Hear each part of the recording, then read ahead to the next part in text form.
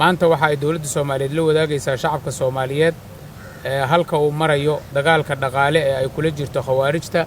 tan iyo intii madaxweynaha jamhuuriyaddu uu ku dhawaaqay dagaalkaas bartamihii sanadkii hore kadib dagaal adag oo dawladdu ay la gashay kooxaha khawaarijta ah gaar ahaan ay uga qaaday dhinaca dhaqaalaha dhammaan ilihii ay ka heli jireen dakhligu uga soo xaroo jiray waxaan ku faraxsanahay maanta inaan ku dhawaaqno in dawladda Soomaaliyeed ay ku guuleysatay in hoos loo dhigay kala bar dhaqaalihii ay heli jireen kooxaha khawaarijta ah waxaan sidoo kale ku faraxsanahay inaan ku dhawaaqno in si guud loo cuuriyaamiyay nidaamkii isku xiraa ee dhaqaalaha ee khawaarijtu ay ku sameyn jireen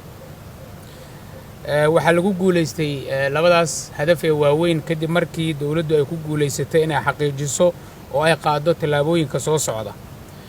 waxa la joojiyay hanaankii khawaarijtu ay ku dhaxmarsiisan jirtay lacagaha nidaamka maaliyadeed ee rasmiga ah ee dalka ee ay ugu horeeyaan bangiyada iyo xawaaladaha kaasoo lagu guuleystay in si dhammaystiran loo joojiyo waxa sidoo kale la xayiray xisaabaadkii khawaarijtu ay ku lahaayeen bangiyada iyo taleefanadii ay u isticmaali jireen in ay ku gaarsiiyaan lacagahooda nidaamka bangiyada ama ay ku kala gudbiyaan sidaasoo kaleeto waxaa la xanibay oo lagu xanibay akoonnadaas iyo taleefanadaas sidii horeba dadka Soomaaliyeed aanu la wadaagnay malaayiin dollar oo khawaarijtu ay doonaysay in ay u isticmaalaan dambiyada ay abaabulan ay ka dhanka dadka Soomaaliyeed waxaa la joojiyay baadii khawaarijtu ay ka qaadan jirtay badeecadaha ka soo dega dekadaha iyo garoomada oo markii hore ay awood u lahaayeen in ay helaan xogta badeecadaha imaanaya dekadaha ama ka soo degaya garoomada taasoo runtii dadaalka dawladda Soomaaliyeed iyo wada shaqaynta ganacsatada Soomaaliyeed uu keenay in meesha laga saaro sidaasoo kaleeto waxaa la joojiyay baadii khawaarijtu ay ka qaadan jirtay hantida la kala iibsado taasoo iyadana markii hore si sahlan ay u heli jireen ama awood ay u lahaayeen in ay helaan muxuu ahaa hanti kasta oo la kala iibsado ama la kala wareejiyo haddase ilaahay mahadiis wada shaqaynta dawladda iyo dadka Soomaaliyeed iyo hirgelinta awaamiirtii dawladdu ay sahleen in meesha laga saaro nuucaas baadeed ee khawaarijtu muxuu ahaa ay qaadan jirtay waxa kale oo aan ku faraxsanahay in aan sheegno in sidaas oo kale la burburiyay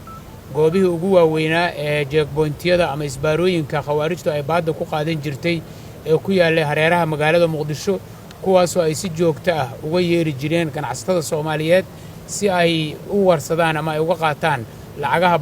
baadda ah ugu gudbi jireen sidaas oo kale fariimaha cabsigelinta iyo handadaada ah si ay ugu qasbaan inay dhaqaalahooda qaataan kuwaas oo hawlgalladii xooganaa oo ciidamada qaranku ay fuliyeen kadib lagu guuleystay in la burburiyo oo meesha laga saaro waxa sidaas oo kale waxyeelada weyn keentay hoos u dhaca khawaarijta dhaqaalahooda soo gaaray kamid ah in gacantooda laga saaray magaalooyin waaweyn oo ay u isticmaali jireen ama u ahaa xarumo ay ku ururiyaan xoolaha baadda ah ee dadka Soomaalida ay ka dhacaan kuwaasoo ay ka mid ahayd magaalada Masaajid Cali Guduud magaalada Xaradheere magaalada Muqokori magaalada Aadan Yabaal iyo goobo kale kuwaasoo u ahaa xarumo waaweyn oo khawaarijtu ay u isticmaali jireen inay ku kaydiyaan ama inay u isticmaalaan goobo ay ku ururiyaan dhaqaalaha baadda ah oo muxuu ahaa dadka Soomaaliyeed ay ka dhacaan ama ay ka soo ururiyaan waxa sidoo kale waxyaabaha keenay in dhaqaalaha khawaarijta la burburiyo ama hoos loo dhigo muxuu ahaa kamida in la laayay oo la dilay ilaa 20 kamida horjoogayaasha sida khaaska ugu qaabilsanaa in ay ururiyaan muxuu ahaa lacagaha baadda ah ee dadka Soomaaliyeed ay ka dhacaan sidaas oo kale waxa qayb la qabtay qaybna la burburiyay 15 baabuur oo kamida baabuurtii ay khawaarijtu u isticmaali jirtay in ay ku soo ururiyaan lacagahaas ama agabkaas inay maaragtay muxuu ahaa u isticmaalaan sidaas la mid ah konton kamid ah maleeshiyaadka khawaarijtu ay sida gaarka ugu tababareen in ay waardiyeeyaan ilahooda dhaqaalaha iyo in ay handadaan muxuu ahaa oo ay cabsi geliyaan dadka dhaqaalaha laga soo ururiyo oo ay hubiyaan in dhaqaalaha khawaarijtu uu soo xaroodo ayaa iyagana intooda badan la dilay qaar badan oo kamidana waa la xiray oo sharciga ayaa muxuu ahaa la horgeeyay